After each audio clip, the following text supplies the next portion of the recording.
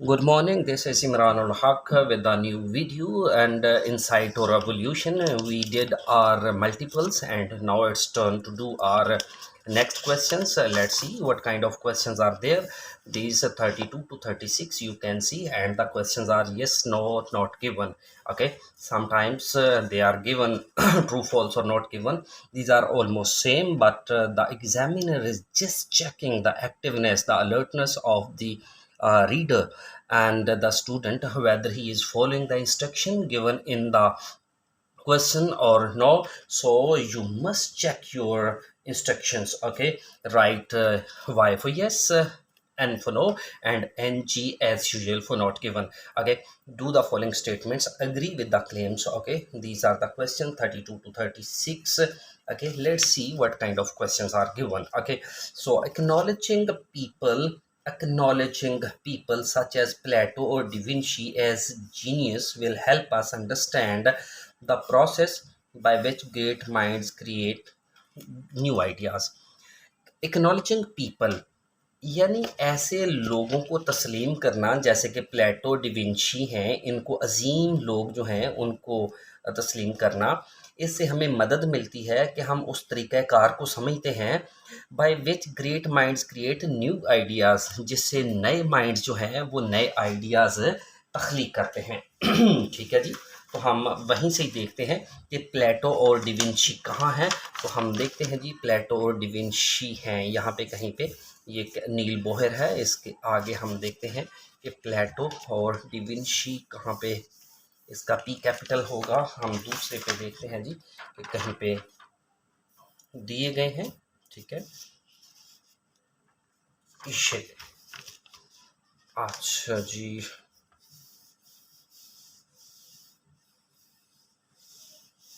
जी, तो ये देखिएगा ज़रा, ये वाला है, ये उसने दिया हुआ है। ये देखिए, प्लेटो एंड डिविंची। ठीक है, हम देखते हैं जी, इसको पढ़ते हैं हम लोग। कहता है the notion of insight, creativity and genius. ये जो इंसाइट का, बसीरत का, तख्लीक का और जहानत का जो एक नज़रियात हैं, आर ऑफन इन्वोक्ड, वो उनको अक्सर दावत दी जाती है। ठीक है जी, उनको दावत दी जाती है, उनको इनवाइट किया जाता है, बट दे रिमेन वेग, लेकिन ये गैर वाज़े रहते हैं, end of doubtful scientific utility, और ये साइंसी इस्तेमाल इनका जो है वो मशकूक ही रहता है। Specially when one consider the diverse and during contribution, ख़ास तौर पर जब एक इंसान समझता है मुख्तलफ और मजबूत जो कंट्रीब्यूशंस हैं of individuals such as Plato's, da Vinci, Shakespeare, और ये सारे जो हैं, these notions merely label, these notions, ये नोशंस या मेयरली लेबल, ये सिर्फ लेबल ही करते हैं, रादर दैन एक्सप्लेन, बल्कि एक्सप्लेन नहीं करते, ये सिर्फ लेबल ही करते हैं। ठीक है जी, लेबल करते हैं इनके नोशंस जो हैं। The evolution of human innovation, ठीक है जी, इंसानी एवोल्यूशन, जो इंसानी जिद्दत है उसकी इर्तिका की वजाहत नहीं करते, बल्कि सिर्फ उनको लेबल ही करते हैं। वी नीड अनदर अप्रोच, हमें किसी और अप्रोच की ज़रूरत होती है। And there is promising candidate, और देर, अब देखें यहाँ पे अगर हम देखेंगे तो कहता है acknowledging people such as Da Vinci genius will help us understand the process by which great minds create new ideas। देखने वाली ये बात है यहाँ पे। ठीक है जी, पहली तो ये है कि प्लेटो और डिविंची जैसे लोगों को तस्लीम करना कि ये बहुत बड़े जीनियस हैं, इससे हमें मदद मिलती है उस तरीक़ाकार को समझने में कि अजीम दिमाग ही अजीम आइडियाज़ पैदा करते हैं।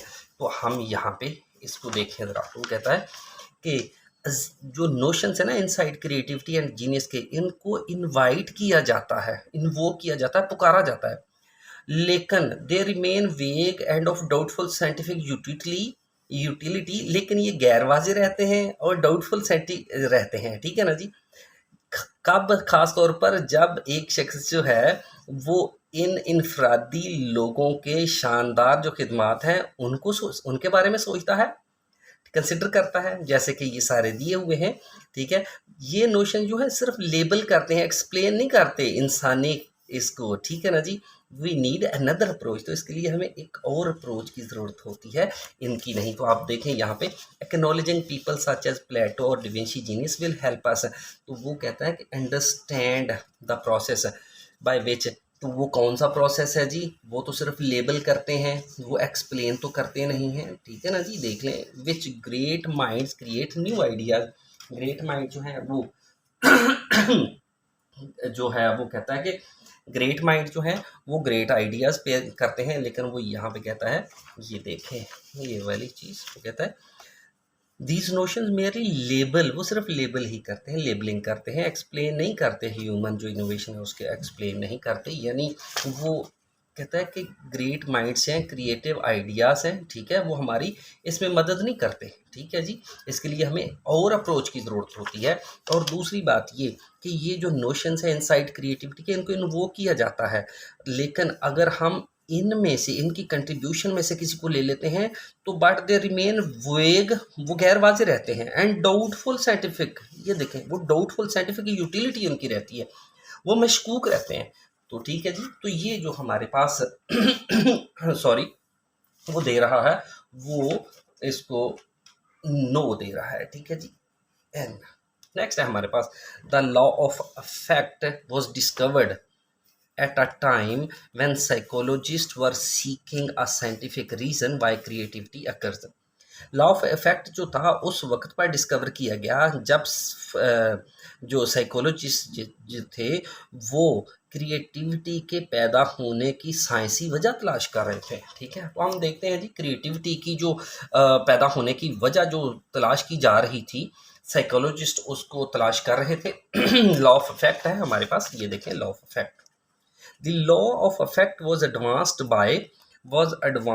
by psychologist Edward थोरनडाइक in 18, उसने इसको बेहतर बनाया था, ये जो साइकोलॉजिस्ट है इसने इसको एडवांस किया था लॉ ऑफ इफेक्ट को।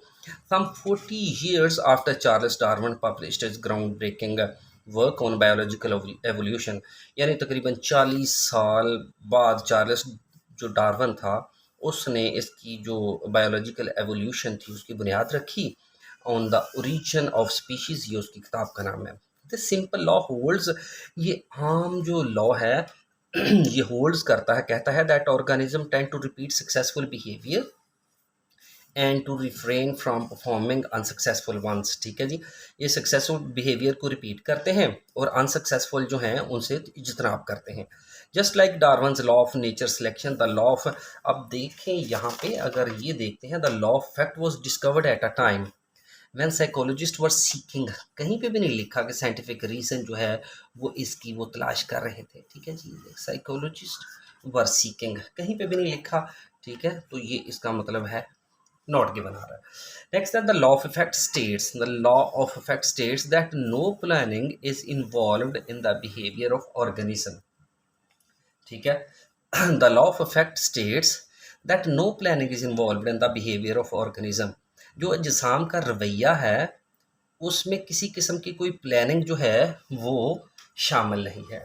देख रहे हैं जी, ऐसा ही है जी। देख रहे हैं this simple law hold that organism tend to repeat successful behaviour, ये सिंपल लॉ जो है वो कहता है कि जो अजसाम हैं वो उनका रवैया जो है सक्सेसफुल रवैया है वो रिपीट करते हैं, फिर या फिर जो अनसक्सेसफुल है उससे इज्तनाब करते हैं।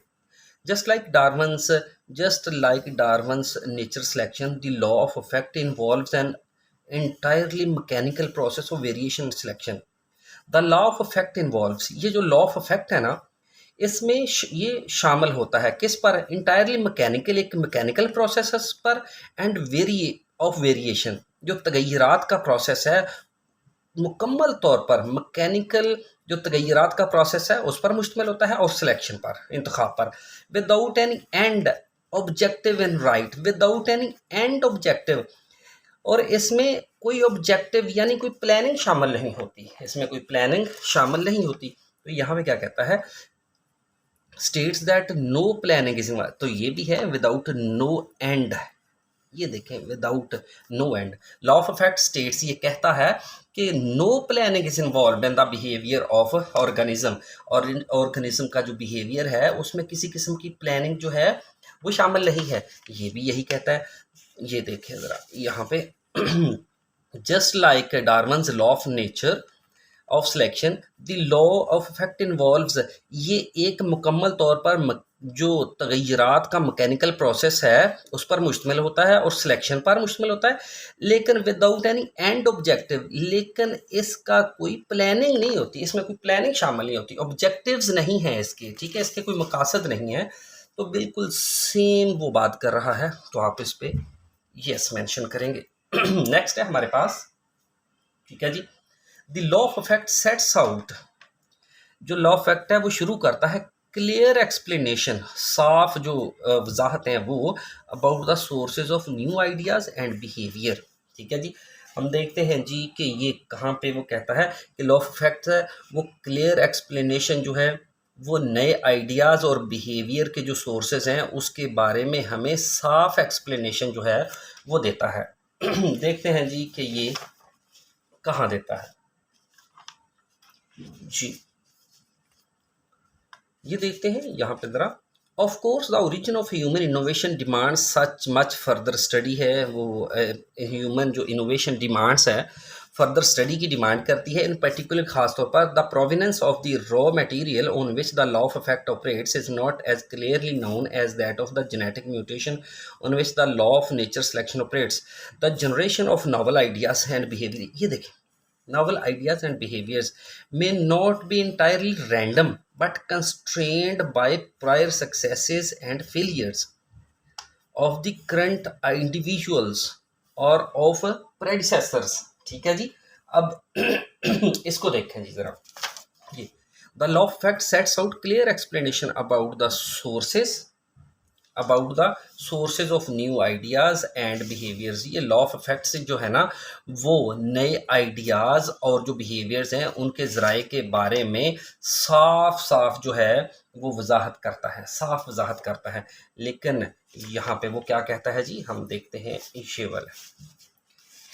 ये वाला इन particular the provenance of raw material on which the law of is not clearly known, ये देखें known that, ये देखें of the genetic mutation on which the law of operates selection operates। यहाँ पे वो कहता है sets out clear explanation, ये देखें sets out clear explanation है, ठीक है जी, sources of new ideas and behaviors। लेकिन यहाँ पे वो क्या कहता है, यहाँ पे कहता है provenance of the material on which the law of fact operates is not clearly known as that of the genetic mutation on which the law of nature selection operates, ठीक है जी। ये देखिए the generation of novel ideas and behaviours may not be entirely random, ये मुकम्मल तौर पर random नहीं होते, but constrained by prior successes, लेकिन जो प्रायर सक्सेसेस एंड फेलियर्स, पहले जो फेलियर्स होते हैं या जो कामयाबियां होती हैं उनके साथ जुड़े हुए होते हैं, ऑफ द करंट इंडिविजुअल्स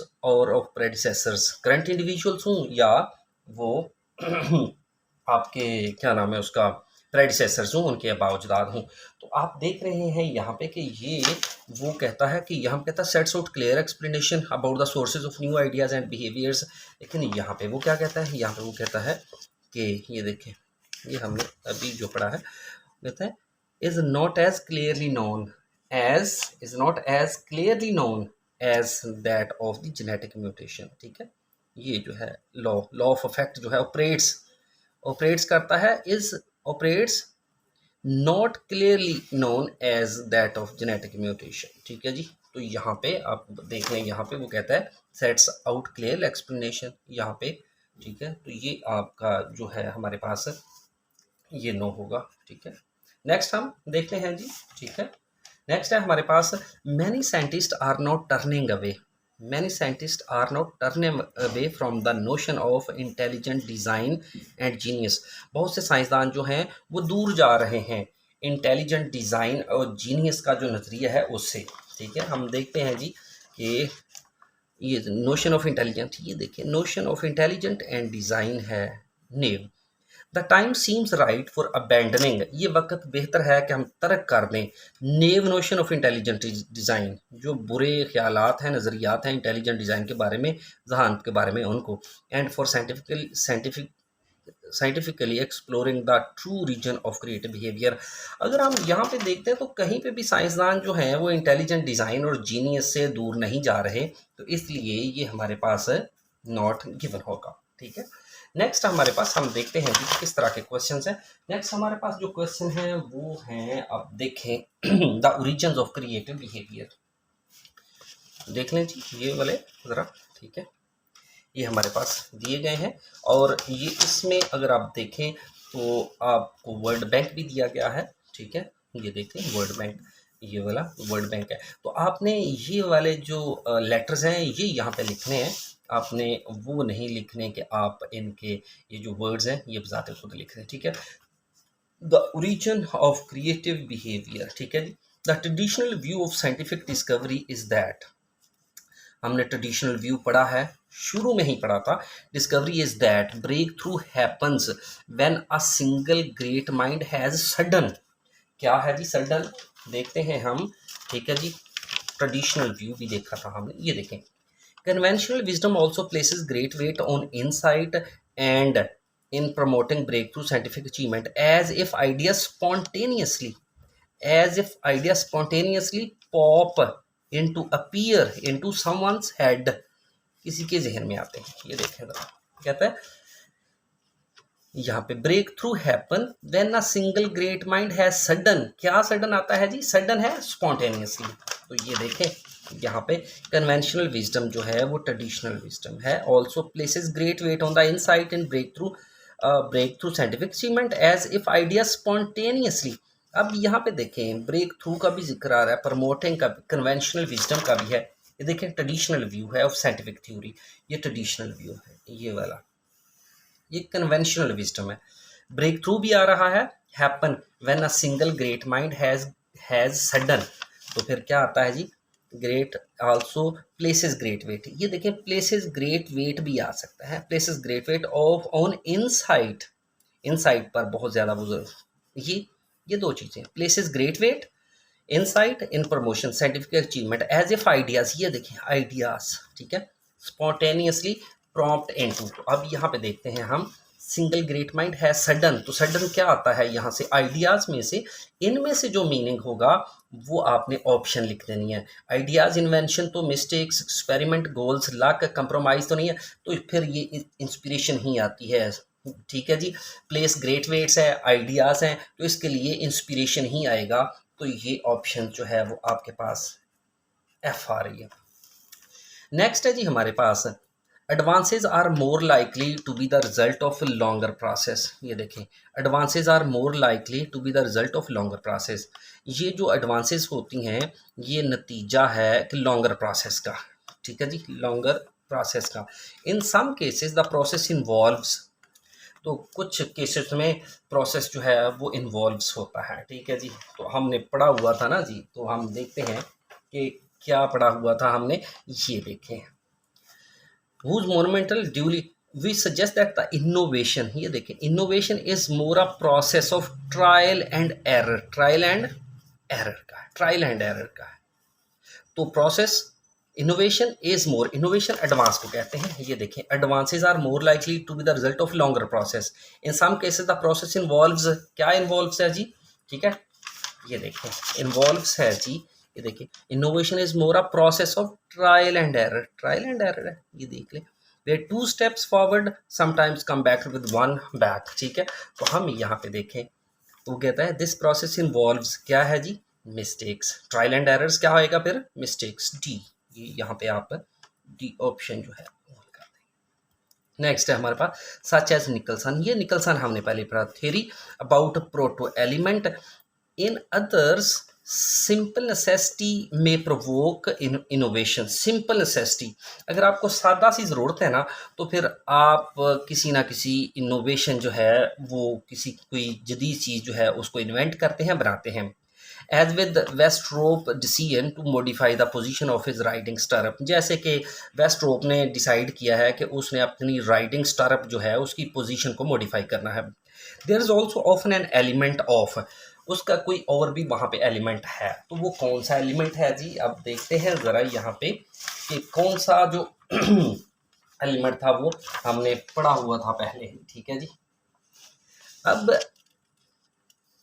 ये देखिए advances, fresh advantage, plenty of other stories show that fresh advances can arise from error, ठीक है जी, फ्रेश, अच्छा, miss adventure and also pure serendipity. ये देखिएगा जरा, plenty of other stories show that fresh advances can arise from error, कि plenty of stories जो हैं वो बताती हैं कि जो शो दैट फ्रेश एडवांसेस जो हैं वो किसी ना किसी गलती से या एरर से ही वजूद में आती हैं, मिस एडवेंचर से एंड ऑल्सो प्योर सेरेंडिपिटी, या फिर किसी हैप्पी एक्सीडेंट से, ठीक है जी, सेरेंडिपिटी। अब यहाँ पे देख लें, इन अदर सिंपल नेसेसिटीज में, ये देखिए, as with western decision to modify the position of his, there is also an of an element of. अब यहाँ पे देखना, इन अदर्स दूसरी तरफ सिंपल नेसेसिटी में प्रोवोक इनोवेशन, कि अगर आपको सादा सी कुछ ज़रूरत पड़ी है तो उसके लिए आप कोई इनोवेशन जो है जिद्दत जो है वो लेके आते हैं। जैसे कि वेस्ट्रोप ने डिसाइड किया था कि वो राइडिंग स्टारअप की पोजीशन जो है उसको मॉडिफाई करेगा। There is also often an element, इसमें एक एलिमेंट भी है, वो किसका है? वो एलिमेंट है, अगर आप देखें तो कहता है fresh advances can arise from error, गलती से, मिस एडवेंचर से भी हो सकता है, एंड ऑल्सो प्योर स्टैंडिपिटी। स्टैंडिपिटी किसको कहते हैं? हैप्पी। फॉर एग्जाम्पल, ये देखिए example, in the early 90 employees of, ये हाँ, तो सेरेंडिपिटी है हमारे पास। कहता है कि there is also often an element of serendipity, happy accident है तो इन्वेंशन तो नहीं आएगा, मिस्टेक्स तो नहीं आएगा, ये तो हो चुका है, ठीक है। ये भी, हाँ जी, ये देखें, लक, सेरेंडिपिटी, लक, ठीक है जी। ये मिस एडवेंचर भी हो सकता है और सेरेंडिपिटी भी हो सकता है, तो हमारे पास ई ऑप्शन जो है आ रही, ठीक है, ये वाली। नेक्स्ट है हमारे पास, ठीक है, अब यहाँ पे है, we with both the law of nature selection and the law of effect there may be no clear involved. अभी ये हमने चीज़ पढ़ी थी अभी थोड़ी देर पहले, तो ये हमने देखना है यहाँ पे कि ये कहाँ पे उसने ये जो चीज़ है वो पढ़ी थी। आपने देखा होगा कि दोनों लॉ एक ही जगह पे दिए गए थे, ये देखें, ये just like Darwin law of natural selection, बिल्कुल ये देखें, ये दो लॉ है, law of Darwin's natural selection है, बिल्कुल इसी तरह द लॉ ऑफ इफेक्ट, ये लॉ ऑफ इफेक्ट, दोनों ही लॉ दिए गए हैं, तो इसको यहाँ पे भी पढ़ लें। तो वो क्या कहता है, with both the law of natural selection and law of effect there may be no clear involved. इसमें कौन सी चीज़ नई न्यू इन्वॉल्व नहीं है? ये देखें जरा, involves an entirely mechanical process of variation selection without any end objective, इसमें कोई ख़ास ऑब्जेक्टिव शामिल नहीं है, ठीक है।